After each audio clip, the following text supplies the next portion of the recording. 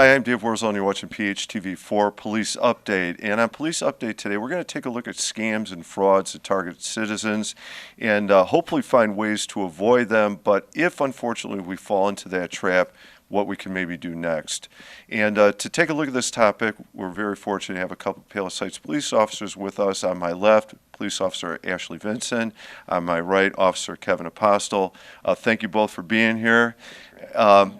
This is such an important topic, I think. I know you've presented on this before, I think at the library, yeah.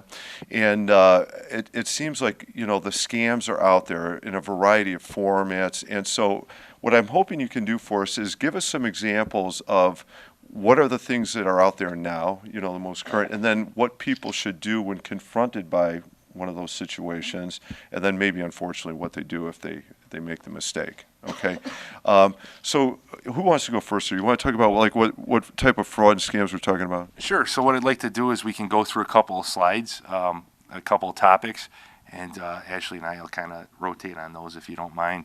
But I want to talk first about what a scam is. So I always find it important to get the Merriam-Webster dictionary version of what a scam is, and that is a fraudulent or deceptive act or operation. So just kind of to give us an idea what exactly we're going to be talking about here. And we have a couple of different scams, and Ashley's going to start out if you don't mind. Sure. No, and it is important for people to understand the deception is the thing. Somebody is trying to deceive you in a way that you might feel like this is legitimate or it's honest or you want to trust. Exactly. Unfortunately, it's not. And the variety of scams and frauds, it's kind of frightening. I mean, I looked at your handouts at the front. I mean, the variety of things that people have to be prepared. So we're going to take a look at a sample of some of those, right? Ashley, what do you have first for us? So the first one we're going to talk about is our government agency calls scam. The caller impersonates a federal agency representative. It could be IRS, Social Security, Medicare. And it informs the victim that they owe a significant amount of money, and then they threaten severe consequences, such as impersonation, if the payment is not promptly made. That's one that we kind of deal with very often. Okay. So Now, you're saying that's a phone call, and how about do they ever email that kind of threat? they can. Most times it's more of a phone call Okay. that we've heard of that people have came in to report. Okay. So let's watch out for the you owe money thing. The IRS Yeah. will not contact people in that No, manner. they will not. Okay. All right. How about what else? Well, and I want to add, Dave, two things. I think it's important to remember that there's no specific way in which these scams could occur. So we talk about, do they occur per se by phone call or emails? There's all sorts of ways that one or another scam might occur. Right. So just be aware of that. And at the end, I think we'll provide some information that's going to help us understand that a little bit more. Sure. And they can come in the form of a text for that matter, too, right? Absolutely. Unfortunately, the criminals have gotten creative, and they know technology much better than most of us. So, yeah, any which way, really. All right. So we talked about like the IRS type scam. You owe money. All right. How about what other types of scams might people encounter? So this is a scam I like to call the sweepstakes or lottery scam, and most often, you're going to be notified that you've won a prize. But the biggest red flag with this type of scam is they're going to ask you to send them money before you receive the prize. And generally speaking, that's not how it happens. So if you were notified that you won the lottery or some type of sweepstakes or maybe a raffle to which you didn't enter, and they're asking you for money, that's a great red flag to say, this isn't legit. So and we see that happen quite often. Okay, I was going to say, anytime you win something, but then you have to give them money to get your winnings, right? That's got to be a warning. I feel like I've seen one of those where they offer you a prize, not necessarily a big prize, but a prize big enough, but then you have to pay like a shipping, handling, and a processing fee or something. Not a lot of money, but you can imagine if they send out enough of those type Sure. of fraudulent requests. Okay, so be careful. Did you win something? Right. Maybe not. And let's we'll talk about how to avoid that problem. But Ashley, what else? So technical support calls is going to be the next one. These scammers typically pose as tech support representatives, claiming they are there to assist you. Once they have gained your trust, they may instruct you to download a program that grants them more remote access to your computer or tablet, and then they can get in there and kind of go through your documents. And now I feel like I've seen these too. Like people, like they'll they'll like misrepresent and say, hey, something's going to happen with your Microsoft account or whatever, right? So they'll pick some technical thing that sounds real and legitimate, right? Okay. Okay, so technical support, big red flag there. Next. So yeah, there's a lot, and really just to remind people, this is just the tip of the iceberg. So we're kind of going over the more common scams, but as we get to the end, the theme with what to be aware of will kind of cover the whole cake, if you will. It'll take care of everything. So the next one that I want to talk about is the email and online scams. And we talked about, hey, which form are you going to receive the scam? Well, in this case, this is particular to an email or being online. And in this, scammers frequently disguise their email addresses by altering their display names and using a legitimate company logo to create a deceptive appearance or authenticity. They may send these emails that contain embedded links or attachments, often urging you to take immediate action, such as verifying your personal information, addressing payment issues, or resetting your password. So for this, the biggest thing I could tell you is, one, you're going to want to check the domain name. If it seems unusual or unique in a bad way, don't open the email. But should you open the email, something that's very important is that link that's attached. If somebody's sending you a link and you don't know who it is, don't open that link, because that will open Pandora's gate to several different things, such as them entering your computer and so on and so forth. I feel like this is another one I've seen where you'll get a company, a legitimate, and we can throw out several big names here, Amazon or Microsoft, some other, and they send you an email saying there's some type of problem, right? And I feel like even maybe PayPal or others where this has come up. When you see that email, I guess the fear is I don't want to ignore it, right? What do I do at that point, though? Because I don't want to act on it, right? I don't want to click the link, you know? Well, I could talk to the PayPal one because I've received that before. Years ago, I had a PayPal account. I don't anymore. But it's curious, why is PayPal sending me that email? So at the time, I might have still had an active account. I think I called or reached out to PayPal, the legitimate company, the legitimate number, and said, hey, what's going on here? Is this from you? And then maybe it ended up not being from PayPal. So my suggestion would be don't call that number on that email. Look up the bona fide legitimate phone number for them and maybe verify that through a couple different sources. And if you're so curious, call the company itself and ask them, is this legitimate? Right. And they'll answer your question. So that'd be my best advice. Yeah, the importance of verifying anything before you do anything, right? We're not giving out information. We're not giving out money. Right. If you want something, it can wait a day while you check too, or if there's a problem, it can wait a day. Okay.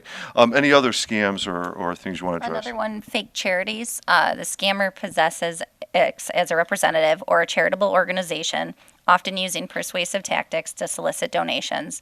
To verify if it's a charity is legitimate, you can check their status through official sources like Charity Navigator or the Better Business Bureau's Wise Giving Alliance to make sure it's before you donate to them.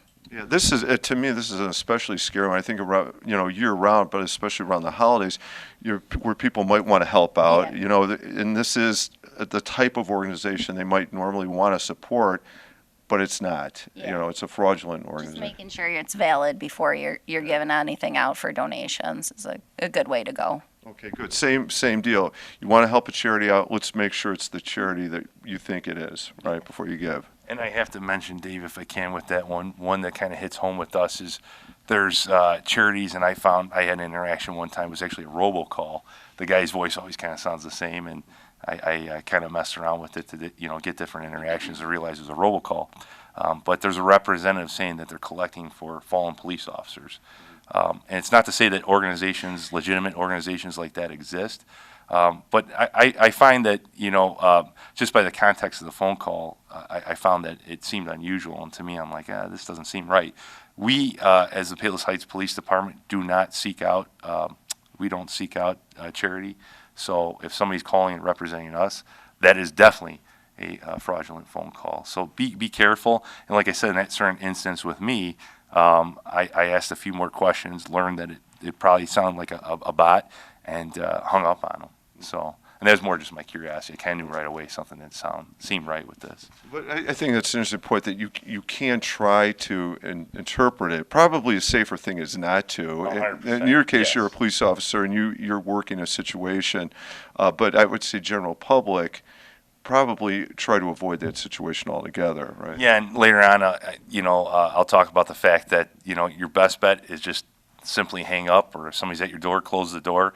And if somebody really wants to get a hold of you, or if it's important, they're going to find a way to do so, if they're legitimate, So, because you have to realize with scammers, I think they're just looking for the numbers, Right. So if somebody hangs up on them, they're on to the next. If there's a company or organization that's looking to get a hold of you, they're going to legitimately get a hold of you. So. Any other scams or fraudulent techniques you want to address? Sure. So this is one that I've seen quite a few times in my career, and that is the grandparent. I like to call it the grandparent scam, because oftentimes they will try and seek out elderly residents that have grandchildren. Who do we hold dearest to our heart? But it doesn't have to be. And usually, how the scam goes is they're gonna notify you that that grandchild or family member or somebody that's close to you is in need of help. And it could be, hey, your grandson went to the Bahamas, and he may legitimately be down there, and they find out this information. They call saying, acting like they're your grandchild, hey, grandma, grandpa, I need help. The police just stopped me. I got arrested for something, whatever. I need $2,000 bond. Next thing you know, they're having you go to the store and having you purchase a card. They used to be called like green cards or something. Those cards that aren't traceable, or you've probably seen them, like the Visa cards that you put some money on, and they have you send money, wherever they're at, likely overseas. They take the $2,000 and run. So when I've had these calls, I always ask people, did you call your grandson? Did you call your kids to see, is grandson Johnny or whatever okay? And that's a good way to sift through that. That seems to be one that should be avoidable. If you get, and I get that you want to help your family member out. However, it shouldn't be difficult to say, let me check with, my son or daughter or family member, whoever that can help verify that situation. Yeah, Dave, if I could say, this is one where, what are they looking to prey on? They're preying on your emotions. Unfortunately, we see it with a lot of crimes. But what I would say is, try to, your best in that situation to regulate that, think it through. The best thing you have on your side is time. If your grandchild was really in need of your help, time's always going to be on your side. Check through what's going on, make those phone calls before you move forward with that. Because it's not to say that you wouldn't get a legitimate phone call from a grandchild or something like that in need. But this is another one where maybe it seems kind of odd. And usually our callers to the police department, that's the first thing they know is, sounds kind of like their grandchild, but doesn't exactly sound like them. And again, if you take the time to check to see if grandson Johnny or granddaughter Jill, whoever it may be, is okay or not okay, that would be your answer with legitimate sources. So. There is a way to verify that Yes. one very reasonably. Okay, another scam. Ashley? So we have two scams left that are common ones that we deal with. So the next one is the employment scam. In an employment scam, individuals seek a job, are deceived by scammers who promise employment but then request money for fraudulent expenses, such as a fake certificate or a non-existent startup kit. Another variation involves scammers posing as employers who send a counterfeit check and then demand the victim return a portion of the money, claiming it was sent in error. So this is a common one, that last part of it, that they'll send a check and then they try and deposit it, and then it comes back not valid, and they want you to go purchase a computer and everything else to start it up, and it's not a real company. Dangerously close. I mean, there's almost like two going on here. Like almost like you won something, but then at the same time, also like, well, yeah, I need a job, and I guess I need that thing or whatever they want me to purchase up front. Yeah.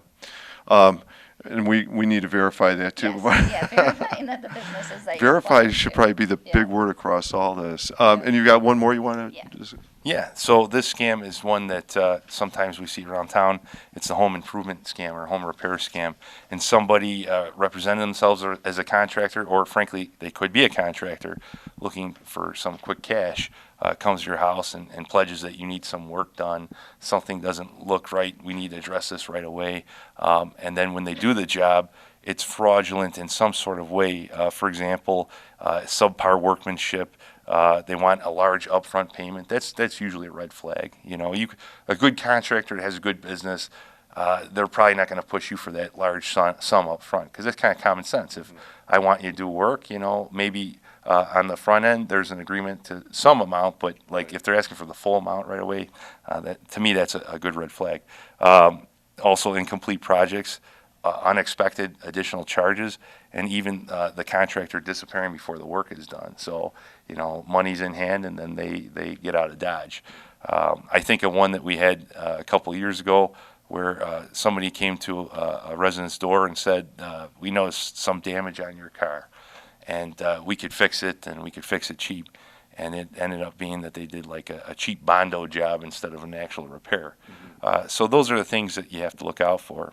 And with that last incident that I spoke of, that's a great red flag with any of these. When people come to you, and I'm not saying everybody, but when people come to you or call you, right away it should the hairs on the back of your neck should stand up, because generically speaking, people don't often operate that way.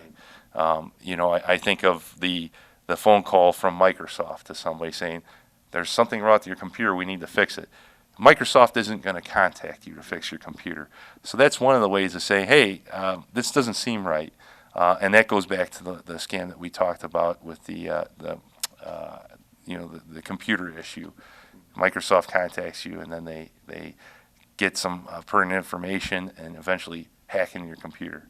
Next thing you know, with those, they're logging into your bank accounts and this, that. Or steal your identity, probably. Right. So anything that they're asking you to enter on your screen, once you accept whatever application they're using, they could see themselves. So there's just a lot of things to be aware of. And of course, we didn't come without some suggestions as well. And that's something we'd like to talk about.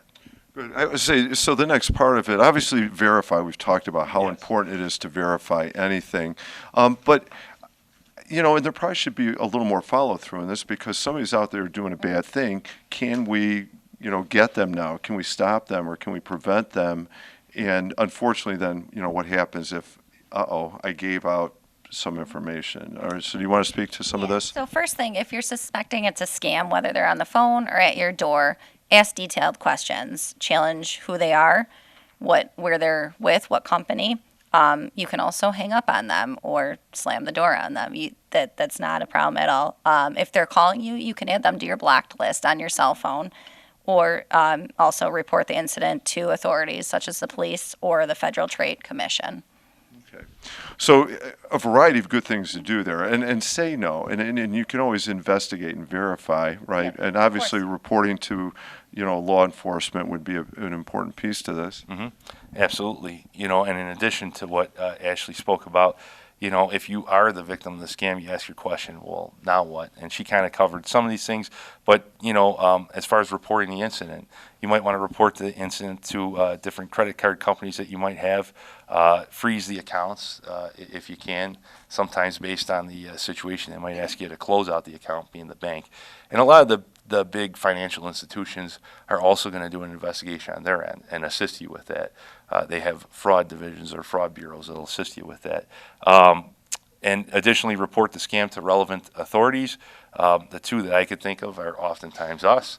And matter of fact, the banks sometimes require a report to move further to verify that the incident happened. Or like the Federal Trade Commission, and they have their own entity that'll assist you with different scams or identity theft, things like that. As a reminder, if something were to occur, or even if you think something occurred, you have no proof, change your passwords. So that could be for your bank accounts, if you utilized your email, things like that. Mm-hmm. Change the passwords so those people that you've already been involved with cannot further their actions by getting in. Monitor your accounts. So like yourself, keep an eye on your account, or you might want to create a fraud alert with like the credit bureaus offer that if you've been a victim of some of the scams or identity theft, things like that.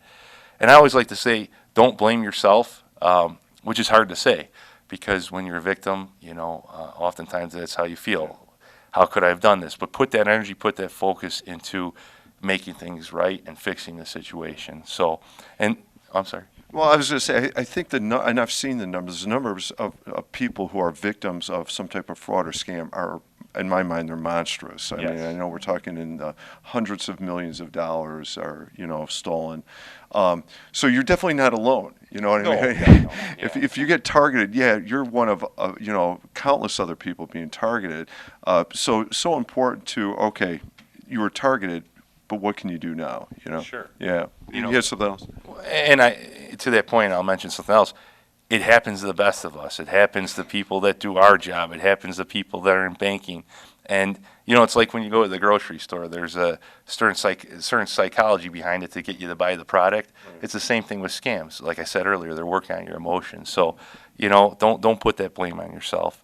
But lastly, I wanted to just say, you know, seek that support if you're feeling overwhelmed. Whether you need to come into the police station and talk to us, maybe it's not a situation where there's going to be a full-out investigation on our end, but we could put you in intact with those resources, and there's other organizations online and such that you can contact to assist you.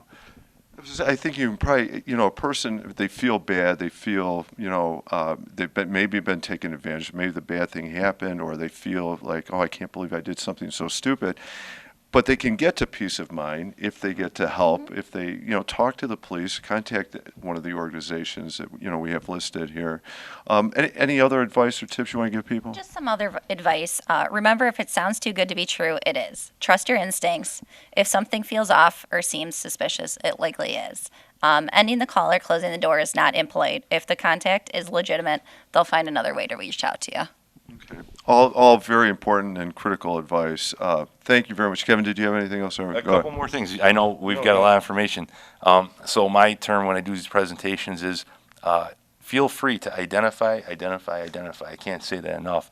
And what I mean by that is one of the most effective ways to unsettle a scammer, so to find out if they are in fact a scammer, if you're in question, is to ask them numerous questions. You know, they want to ask you all the questions, but change up the playing field.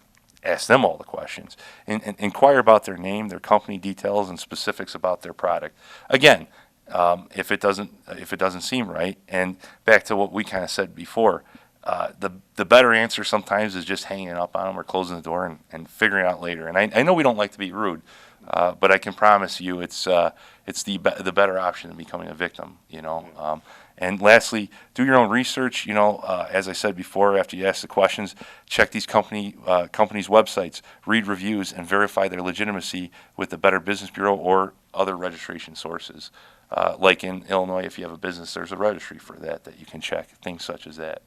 So you may, or like, you know, the contractors, people want to do repair work. Well, check with the Palos Heights building department. You know, are they registered with the city or not? Right? Yeah. Any other? I mean, that's all great advice. You got it. Most importantly, don't give important information to anybody you don't know or don't trust. Okay. But we can't stress that more. So. Hang on, my social security number? Yes. Okay. All right. Yeah, and, you know, we're smiling about it, but it is so real, so important, and relatively simple things people can do to help themselves avoid some of these scams and frauds, right? Absolutely. Yeah. All right. Officer Apostle, Officer Vincent, thank you very much. I really appreciate your help. Great advice, excellent tips for people to, you know, take notice of. I'm Dave Worsley. You've been watching PHTV4 Police Update. Today we've been talking about scams and frauds with Officer Kevin Apostle, Officer Ashley Vincent from the Palos Heights Police Department. Thank you and be safe.